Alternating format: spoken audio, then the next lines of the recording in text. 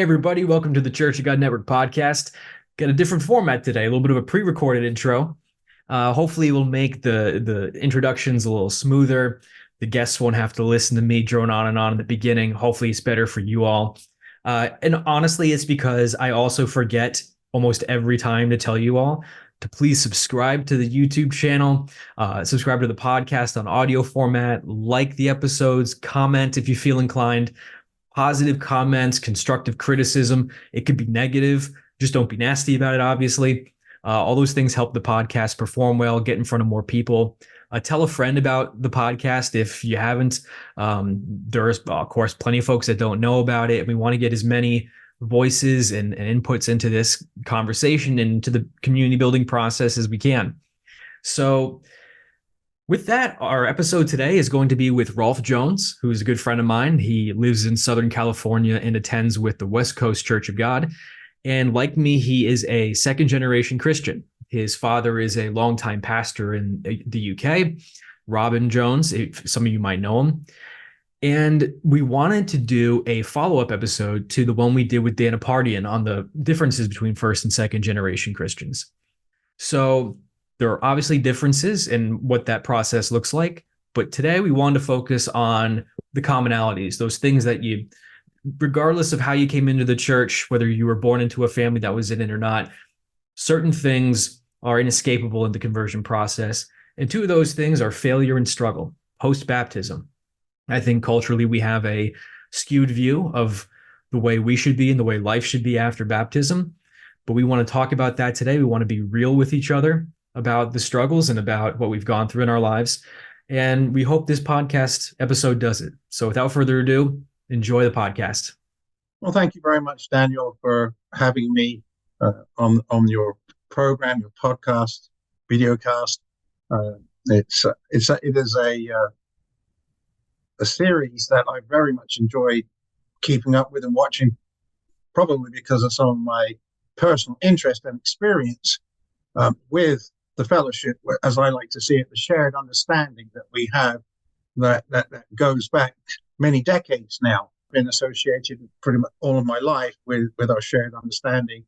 And I currently have the opportunity to attend with the West Coast Church of God, which is a relatively small group that is based in the Los Angeles area. They have some connections around the United States and Australia, loose affiliation with other churches of God. And that is my current setup and affiliation. Awesome. Yeah, I've known Rolfe since I think the piece in Portugal in like 2013 or something. 2004.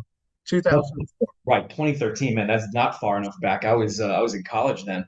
I'm losing track of these time spans as I get older. But yes, I've known you for a while. I did not realize you went to school with Dan Apartian. That makes sense though. So that's a Yep. cool on that front for you, because I know you in particular had a great emotional desire to talk about this. But what was it like in your own personal calling coming up, not only in the church, but then sort of once you were called and going through this process of conversion, that what were those moments, or even in general terms, that um, gave you that real aha moment, or that made it real to you in a way that was maybe purely intellectual before? There's not an awful lot to unpack there, Daniel. But I think we'll do the best that we can to illustrate that, or at least my journey. I would say that certainly as I continued and started to grow up, my teen years and 20s, the intellectual journey was there. But I think I had maybe more of an emotional connection when I was very young, partially because of my parents and some of the activities. And I would say that I always believed in big picture. I mean, there are nuances or areas that I may not have always fully understood or liked, shall we say. But overall, from a very young age, I kind of got it, if I can say it in that quotational sense. Sure. I thought it made sense to me. What was being taught, what was being said. Now, I didn't always agree with the administration of a number of the ideas or thoughts, everything from the Sabbath to any number of ideas, because at times, with certain people, not all, there was more of a rote or a the do's and the don'ts, Mhm. which I don't believe personally is exactly the essence or the spirit of what these things are for. I mean, we understand from Bible reading, which most of us who would be listening to this podcast would be, that the Sabbath was made for man, for example, not the other way around. uh, and so there was a flavor, not with everyone, but there was a flavor, depending on what family, of a sort of a more of a rigid outlook, as opposed to perhaps a day of joy, which is a little bit of a different flavor. And and that colors people's experience, colors the way that they are. So from that early age, I got it, and as I got older, I was studying a fair amount of study, including in high school. I took some further education in religious studies, and I set out to see, okay, is what was known as the WCG at that time, is what our fellowship is teaching, is it correct or sound biblically? Can Mhm. I disprove this? In my high school in England, I went to a Seventh-day Adventist school, which had some similar teachings, but not all. And they, even though my parents said, look, you're a guest there, not proselytizing, which I never did, of course, but they would ask me questions about various things where we differed, and I would have to provide answers, anything from, the responsible drinking of alcohol, or why it's okay to eat meat, even though they didn't think it was a sin. They thought it was better to be more vegetarian.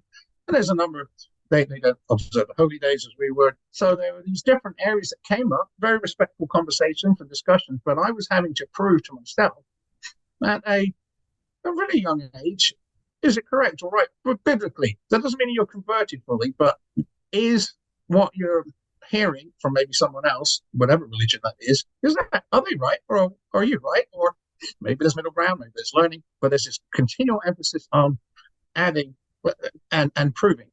I was able then to had the opportunity to go to some what they call workshops my father had with some of the brethren, the men primarily at that time, that were on the speaking schedule, but they were after, and they had things like difficult spiritual questions. What are you Yeah. once saved, always saved?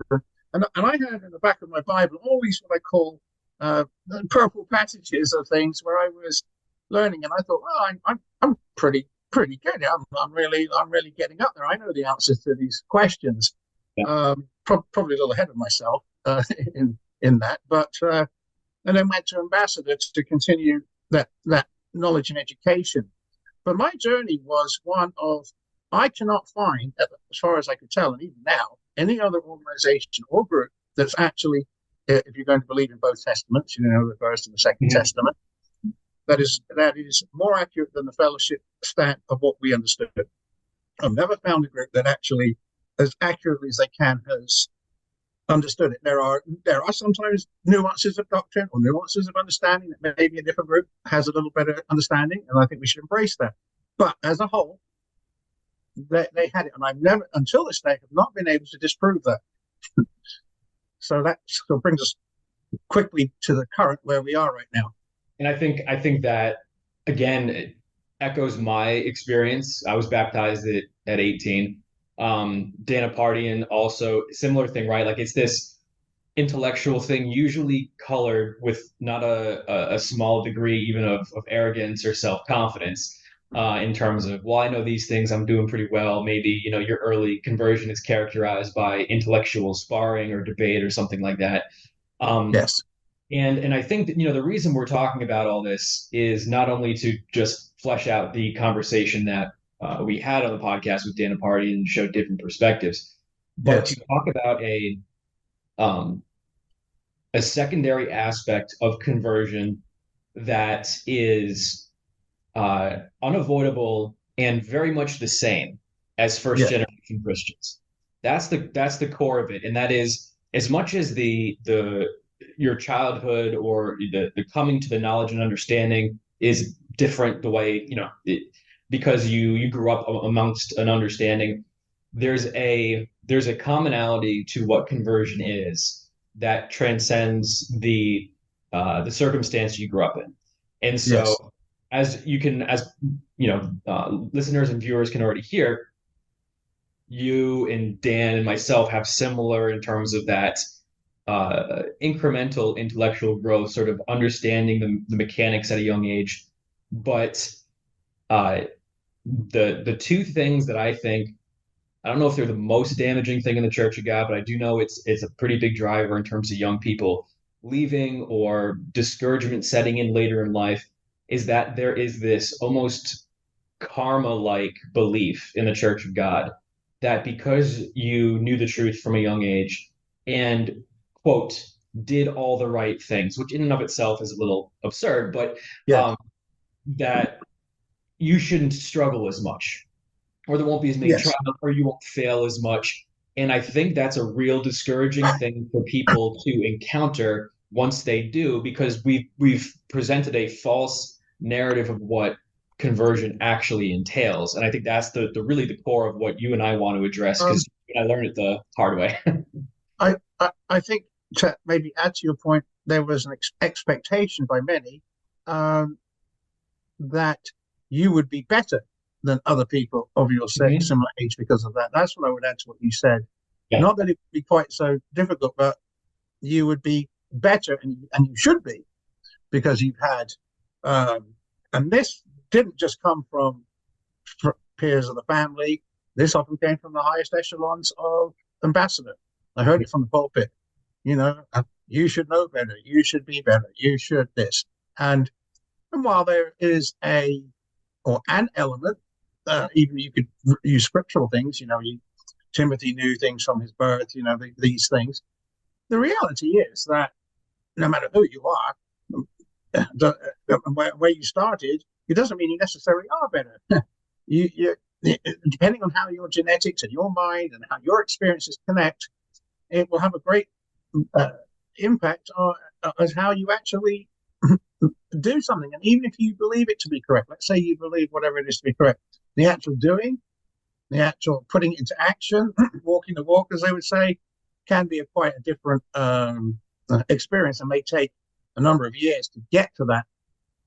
Part of our experience, Daniel, is people that understood forgiveness, or the concept of real forgiveness, figured, well, if I make a mistake or sin or do this here or there, it's okay, because down the line we'll get forgiven and everything will be okay.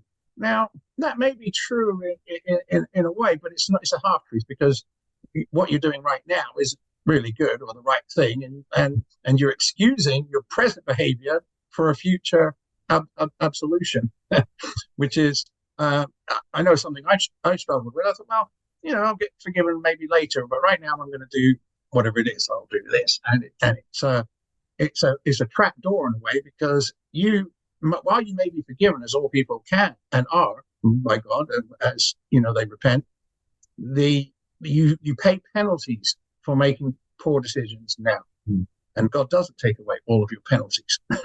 Right.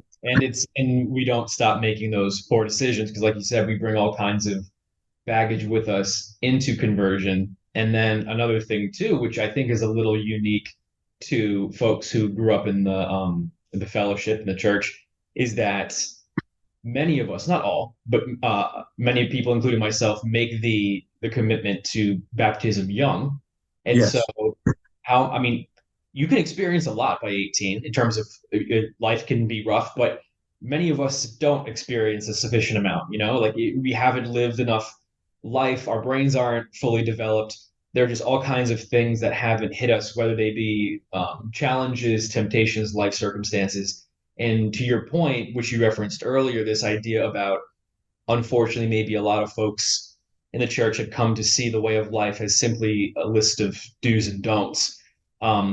One of my favorite books in the Bible these last couple of years has been Deuteronomy, because I think it highlights the true desire of God, not only with physical Israel, but by extension, the church, and what he wants out of the calling, which is a heart that wants to obey him. Yes. And it's not just and the joy that comes from the desire to, and the meaningful life you're living because you are called of God. And the amazing thing about, like you said, what sort of the cultural dynamics that have emerged, which are either you're supposed to be you're supposed to be less human than everybody else. To your point, maybe sometimes for an immature person, it could be, well, I always have forgiveness, so maybe I can dabble in these things I haven't had a chance to, and I'll be able to come back to it. But when we look at Scripture, not only does God more than anything care about that heart that wants obedience, that desires to obey regardless, but we're called to struggle with Christ. Like it's in the contract we sign, Right. whether we are doing it or something that just happens to us.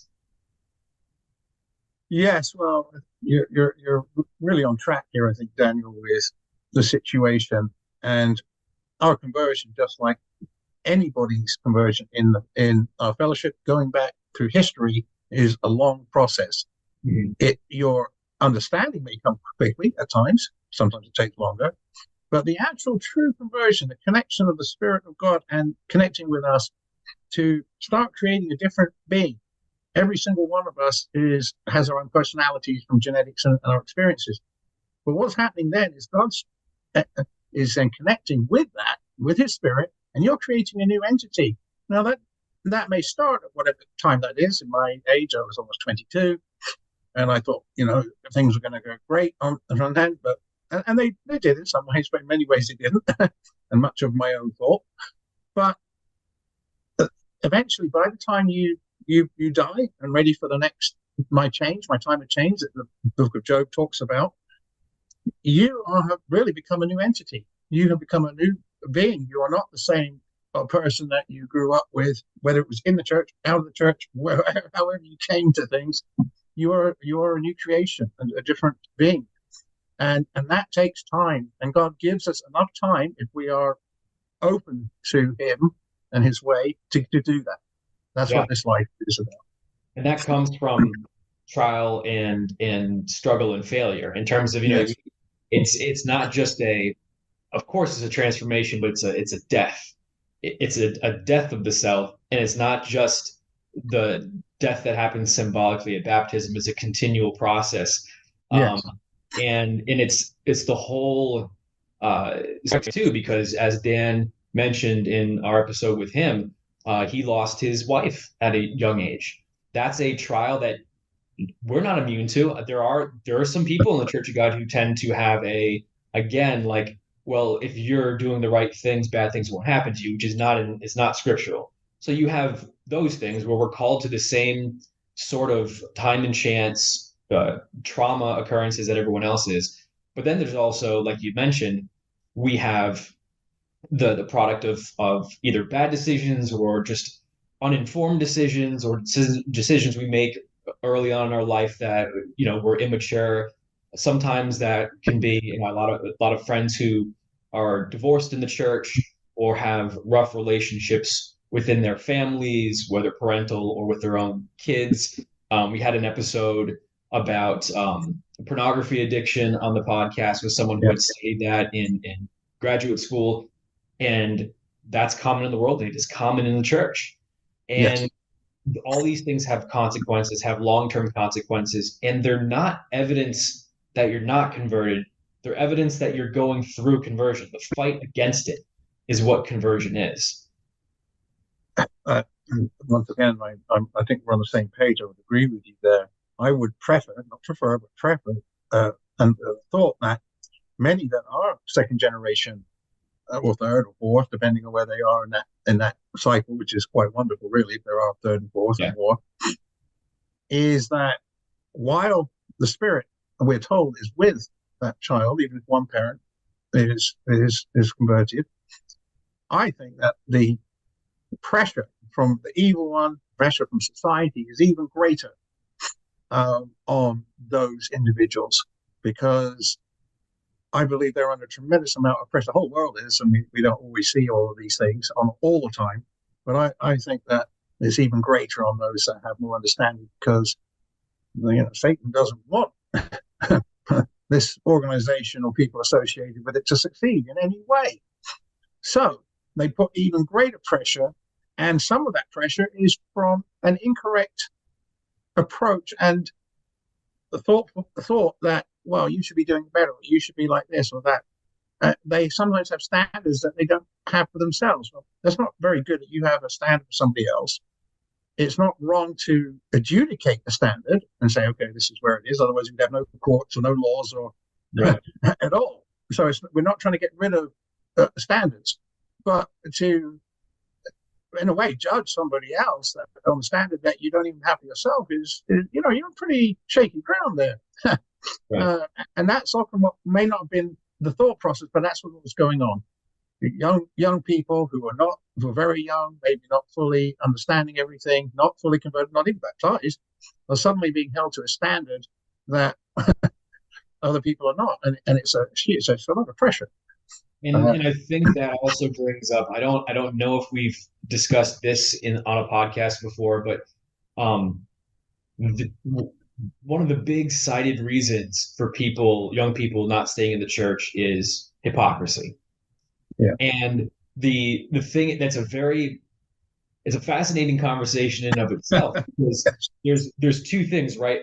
To me, at least, saying, like you said, we've determined, or not we've determined, but we have read scripture and determined this is God's standard, the best that we can acknowledge it, and then us falling short of that. To me, that's not hypocrisy. That's failure, which Yes. is different. And for the sake of this conversation, important to outline. But when you identify that standard and then you either show no desire to live it, or when you fail in your capacity as someone's spouse or someone's father or mother or something, and then don't own it. And I think that could be dangerous, because if we have a church culture where we're not supposed to be failing at these things, that's the decorum, is that we don't struggle with as much, then number one, we can't own it as individuals, because it flies in the face of some false idea we have about ourselves, that we're not supposed to sin as much, or we shouldn't struggle with these things that people in the world do. And when you don't own it to yourself, you can't own it to God, you can't own it to the Yes. rest of your family. And then that creates this dynamic where the kids are hearing, or the young people as a culture are hearing, well, people in the church are just better. Whether or not anyone says it explicitly, that's the impression that I know a lot of my peers have internalized. But then they see in their homes, or they see in the culture, something that does not fit that narrative, and it's hard for them to reconcile the two. So I think it's important, to your points that you've made, that we change the narrative around what conversion actually is, and start to maybe have a bit Yeah. more humble approach to this journey with Christ. Once again, you're correct, but I think it's a nuanced understanding or a nuanced discussion. Which, if you want to put it on a short leash, would say the fantasy versus the reality. Mm-hmm.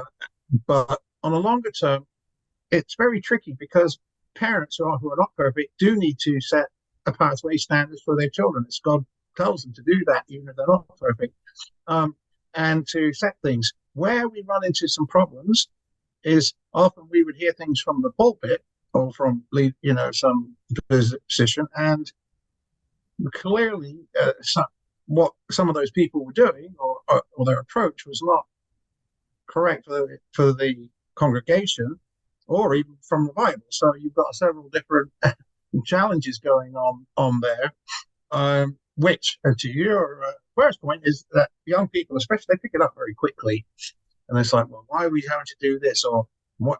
This person, these people, and these people don't have to do it, but the rest of us have to. So, one rule for one for many. Now, the Bible itself, of course, has the same rule for everyone. There are directions for certain groups of people when they have to do, let's say, temple duty or various administrative tasks, where they're very specialized, and it's a direction, maybe like a Nazarite vow, you can't do something. But the laws and the approach applies equally to everyone, whether you're a king, whether you're the poorest person, and I don't mean that disrespectfully. Those laws and corruption or perversion appears to me, from my Bible study, to almost be the most criminal of sins. When I thought, oh, maybe it's murder, maybe it's this, maybe it's that, but it seems to me cheating people out of what they should have and treating them badly almost comes across as being the most heinous to God himself. It's quite interesting. You can study on it. And I know all sins are equal. I understand the concept, but the emphasis, there we go, maybe is a better way of cheating people out of their livelihood and their ability, which we see, by the way, all the time around the world. I mean, that's something that is a terrible problem. seems to be something very important to God. That so this concept of hypocrisy is very important to God. And I think, again, all throughout Scripture, what God wants is a contrite heart, a humble heart, one that is repentant and repentant not only before Him but sees itself for what it is, for how wretched it is, as Paul talks about in Romans 7. And uh, Humble.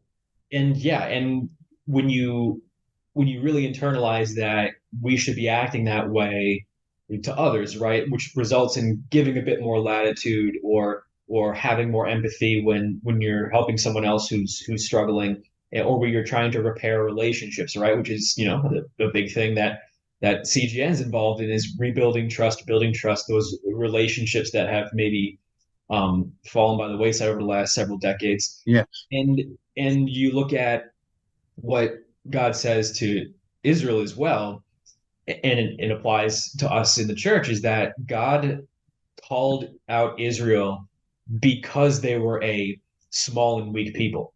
Because the whole point was to show his power. And it's the same thing he does now. He calls the weak in the base. So the whole point of the fact that he called you and me and anyone who's baptized who's listening to this is we were called specifically to show his power, not because there's going to be some body of people who's just going to be better than everyone else, because then it defeats the purpose. Like, what God wanted was for the nations around Israel to go, well, they're clearly not superior, right? This isn't the Roman army. Yes. It's not this huge display of strength. It's they must have this God behind them to do this, because it's clearly not coming from them, and that should be what results from our calling as well. Well, once again, Daniel, you're on the money, which I always like. You sound in your concept here. I think that transitions here into a concept that first and second generations have, Christians or people of the way have, is because, to your point, that we are the weak of the world, we're not worthy, we're not probably, not from our own strength. We can sometimes get into the depths of despair and say, I've sinned so badly, or I've done something so wrong, or how could God or anybody else love me? Perhaps we've all been through that. How can I even be in God's kingdom because I have messed up, screwed up, or whatever we want to say in the common vernacular here so badly? And so that realization can also be one of the wiles of the evil one to, and I know I've been through it, because how can I be forgiven? How can I be in God's kingdom? Because I didn't approach this the right way, or I created this problem that can never really be resolved. Maybe humanly, it can't be. And that's a challenge, I think. I think second generation Christians maybe even feel that more than the first ones. They really realize what's going on.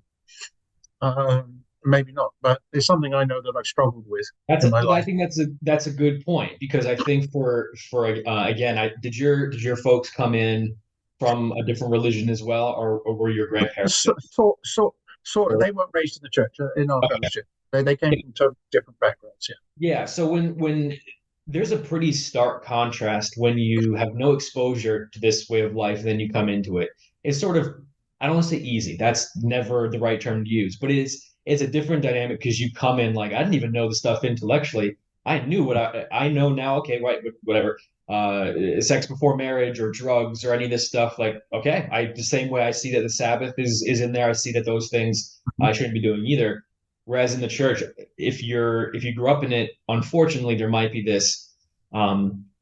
It might come later in life where you come face to face with this. Oh no, I'm not worthy, and it's like, yeah, you never were. That's the point. It's just it's odd, at least for me, to really come to that realization. Not prior to baptism, I thought I Yes. did, but to come to it a decade later. And one of the things I believe I might have mentioned on the podcast before, I'm not sure, but one of the most impactful memories to me was, you mentioned coming to one of those moments where you've done something that either you didn't think you were capable of doing, or it's the low point, you think this isn't going to get fixed.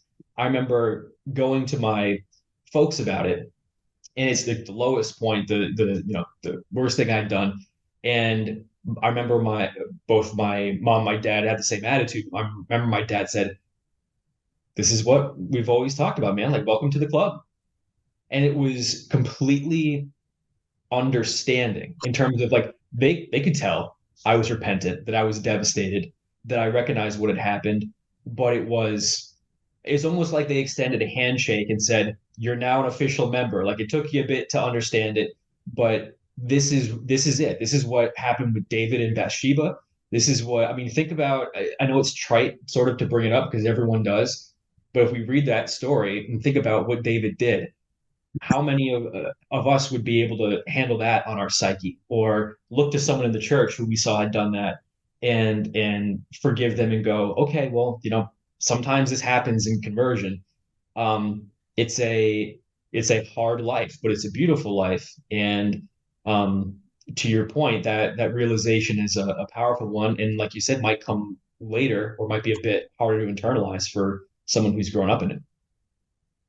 I think that in our journey, and you live long enough, no matter where you are in the world, but even if you're not religious at all, you are going to have ups and downs. You are going to have difficulties. You are going to probably lose a job or two. You are maybe going to have marriage problems or relationship issues.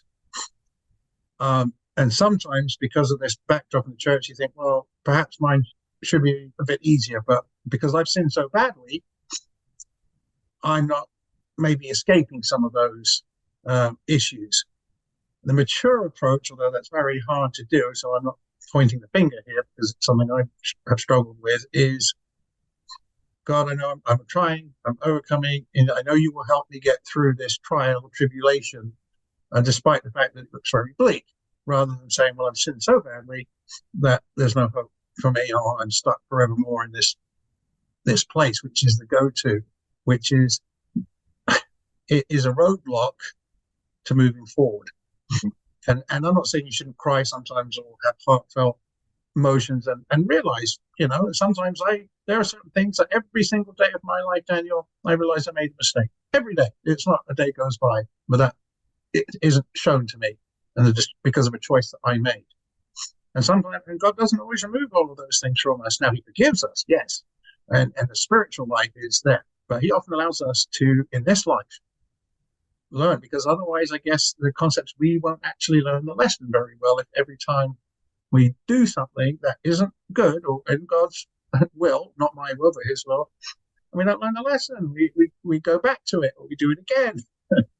And Yeah. so the penalty for that, humanly speaking, not spiritually, is that we get reminded of some of those things. And it's the reason why Christ had to die. And that's the thing, like that's Yes. when it becomes an emotional, spiritual, deep connection to your calling and conversion. Is like, oh, okay, I get it. This thing that I can't do, that is like this feels impossible, or that I keep, I have this reminder or whatever. I struggle with this one thing, and you think you get past it because that's like sort of a fallacious way of thinking about it, but you think you make progress and then something else, right? Because Yeah. God, in his mercy, doesn't really show us all of ourselves all at once. That'd probably be too much to handle. Um, but to your point, I think not only is that part of what conversion is as an individual in terms of our relationship with God, but if we don't acknowledge those things to ourselves and truly see ourselves accurately, which does not need to come with like self-hate or No. self-loathing. Like it's who we are. Like it's a statement of fact and reality. But Yes. the more we acknowledge that in ourselves and can be open and honest with other people in the church, that builds intimacy. Like these when we acknowledge these things and talk to other people and treat other people like we are learning this lesson, that builds intimacy. Not that you have to tell everyone every single secret that you have. We're entitled to privacy on that front. But Yes.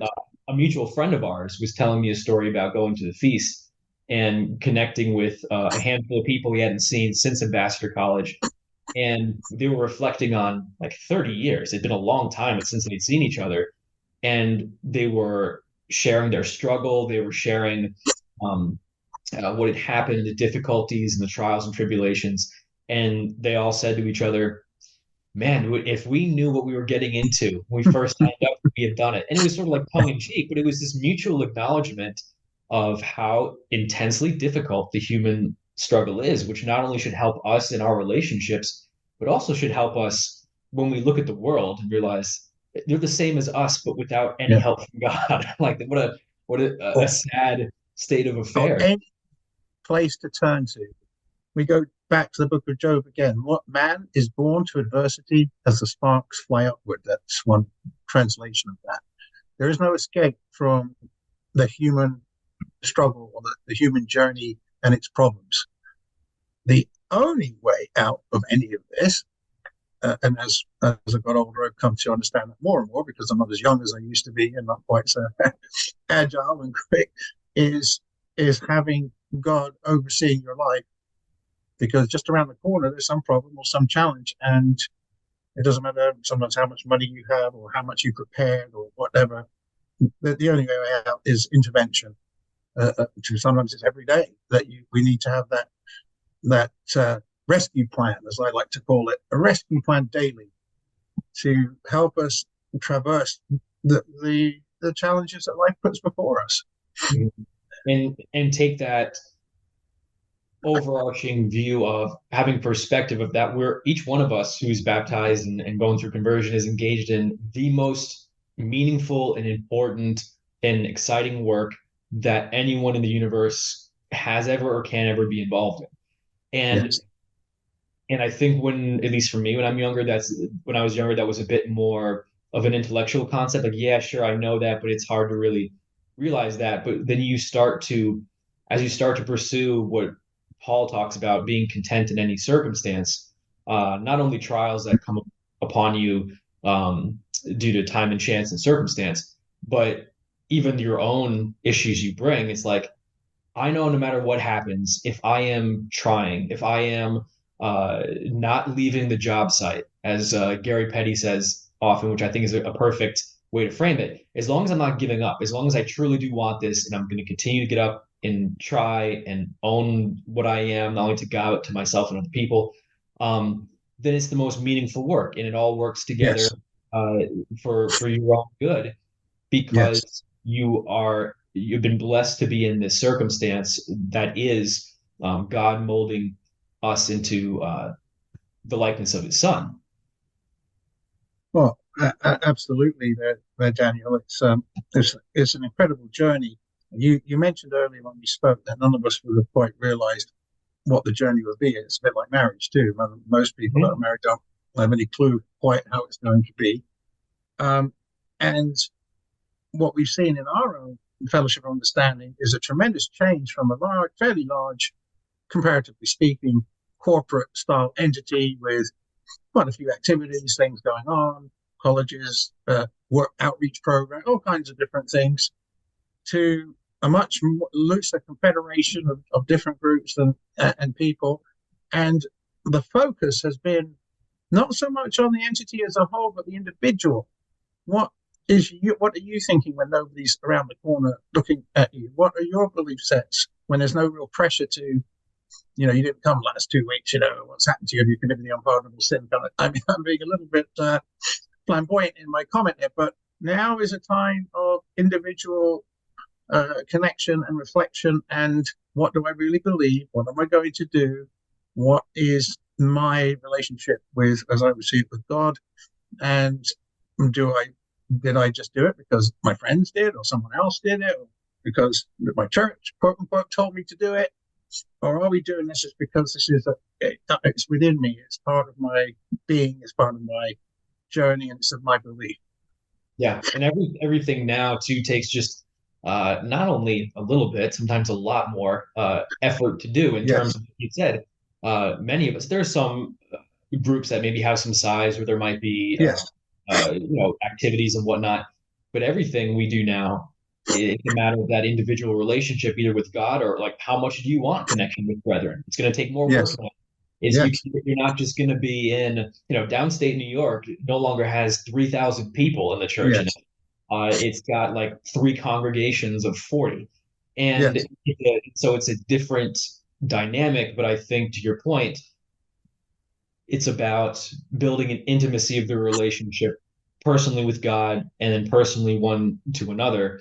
And even the church blowing up the way it did is an example of what you and I talk about. I know several people who were in the church back in the day, and when it blew up, part of their narrative was, well, this could never have happened to God's real church. Therefore, that must not have been the church I'm going to leave. And so the you never really expect the trials to come from the areas that they do. Yeah, Sometimes, like with myself, it was an issue where I had a particular point of pride that I was doing so well in it, and then I failed spectacularly there. Sometimes it's just an avenue of life that you think is stable, and all of a sudden you're challenged on it. Uh, and again, it's a hard line to walk with how we talk about it because we want to be real with people, especially coming up about what conversion is. Because we don't want to sugarcoat it. We don't want to give this false sense of, well, it's essentially church karma is the, well, but at the same the time, like, magic dip, you know. You yeah, come. yeah, the magic dip, you get fairy dust after you come up out of it. But like, but at the same time, communicating that the beauty is in the struggle. It's in the way we lean on each other in the church as we go through it. It's the intimacy that's built with a spouse or a friend or a child or with God as you go through struggle and admit you're wrong. And then mutually admit that there is wrongdoing, right? Two individuals acknowledging wrongdoing and reconciling that the Yes. beauty is in that difficulty.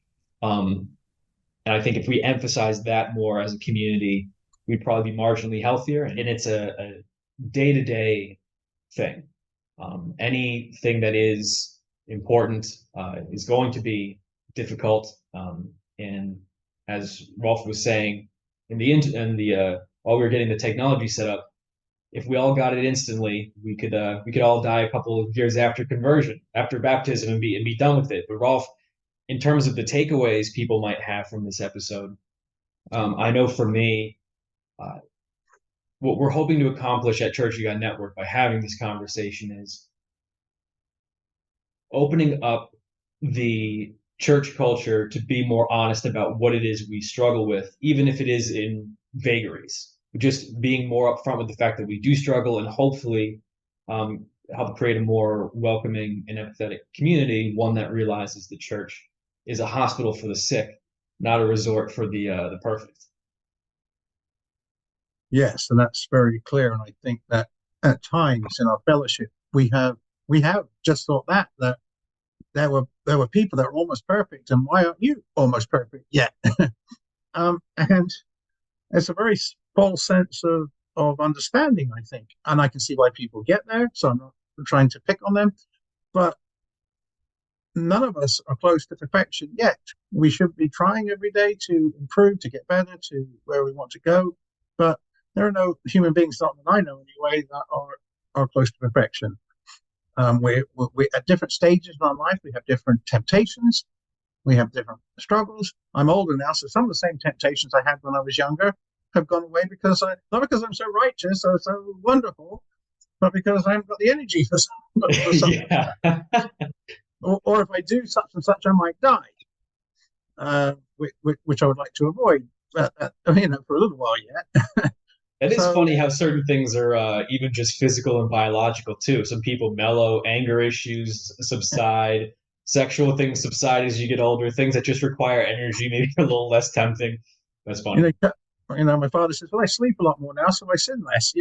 That's It's how I see it. but it's a truism, and it's a little bit humorous. But God made our physical bodies in such a way that as we do get older, some of those things will be less attractive, shall we say, in a general sense.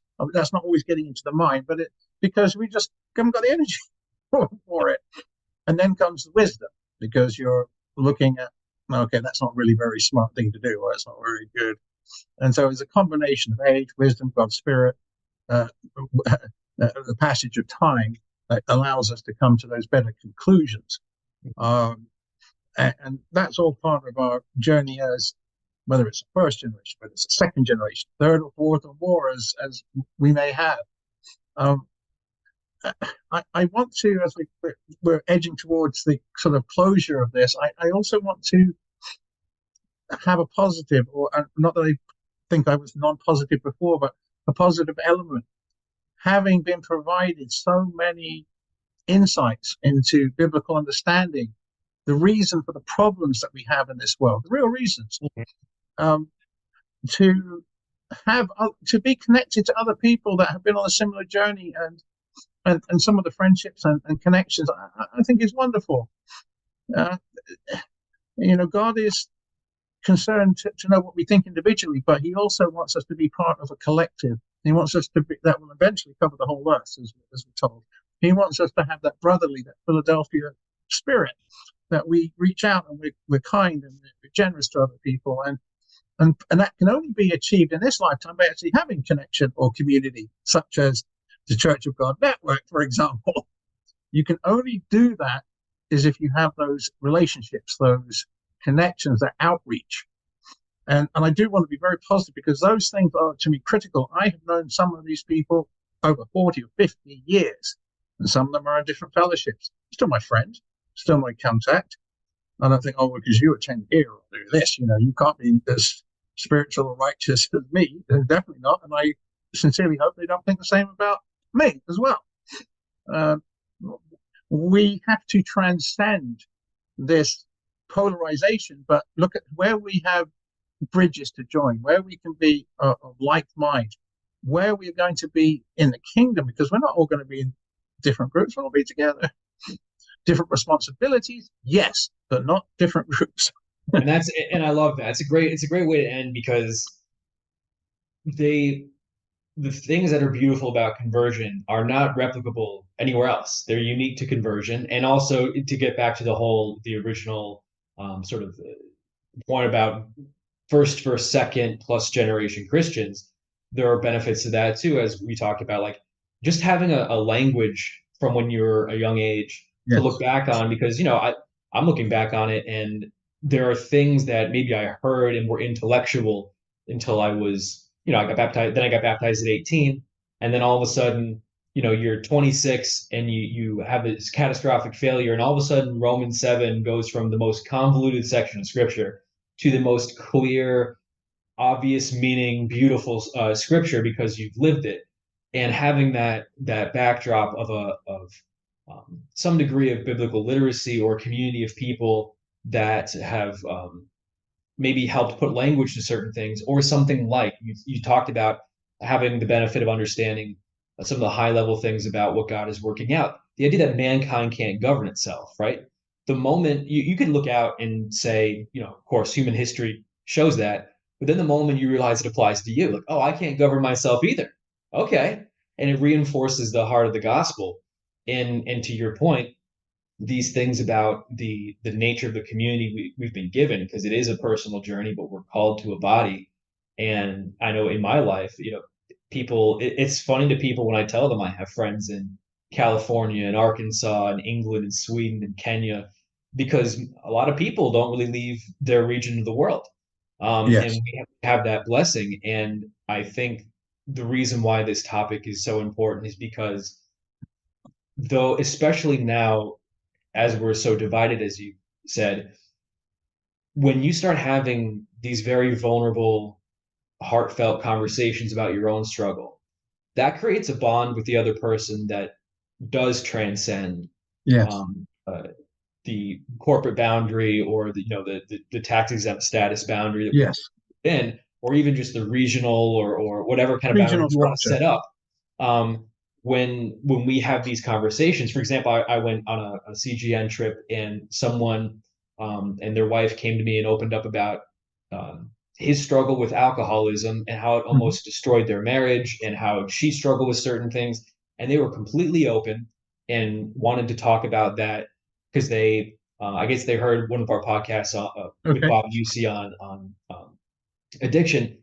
But if you were to hear that from the pulpit, right? If that guy were to get up and give a sermon on, not the fact, because, as a side note, I found this interesting phrase that some young people who have told me over the years, is that there's this saying that in a church, all of our sins happen in traffic, which is when you're hearing a sermon, usually if someone brings up something they struggle with, it was, oh, well, someone cut me off and I said something I shouldn't, or I yelled at my wife in the car or something, like something I don't want to say is trivial, but we normally don't open up a ton. But imagine hearing a message from someone who's like, who talks about their struggle with alcoholism and how it almost ended their marriage, Yes. and looking at scripture and conversion through that lens. That's a powerful thing. And it's also a powerful bonding occurrence between that person and the audience, or that person and the other individual they're having the conversation with.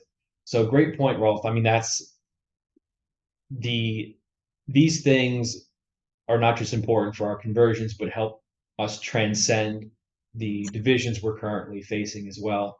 Um, really loved having you on, Rolf. Thanks so Thank much you. for bringing this topic out. Give credit where credit's due. You're the one who suggested doing this, and it's been a subject that's on my mind a lot. So I'm glad for the prompt to cover it. Hope to have you on again soon. Well, thank you, Daniel, and I'm sure that you can have other people in similar situations provide their input and insight, and that maybe it's a continued 3, maybe 4 or 5 series of the same concept, but you'll get a different impact, and I think it'll be very helpful. Absolutely. Thanks, Rolf. Take Appreciate care it. now. All Take right, care, bye everybody. bye.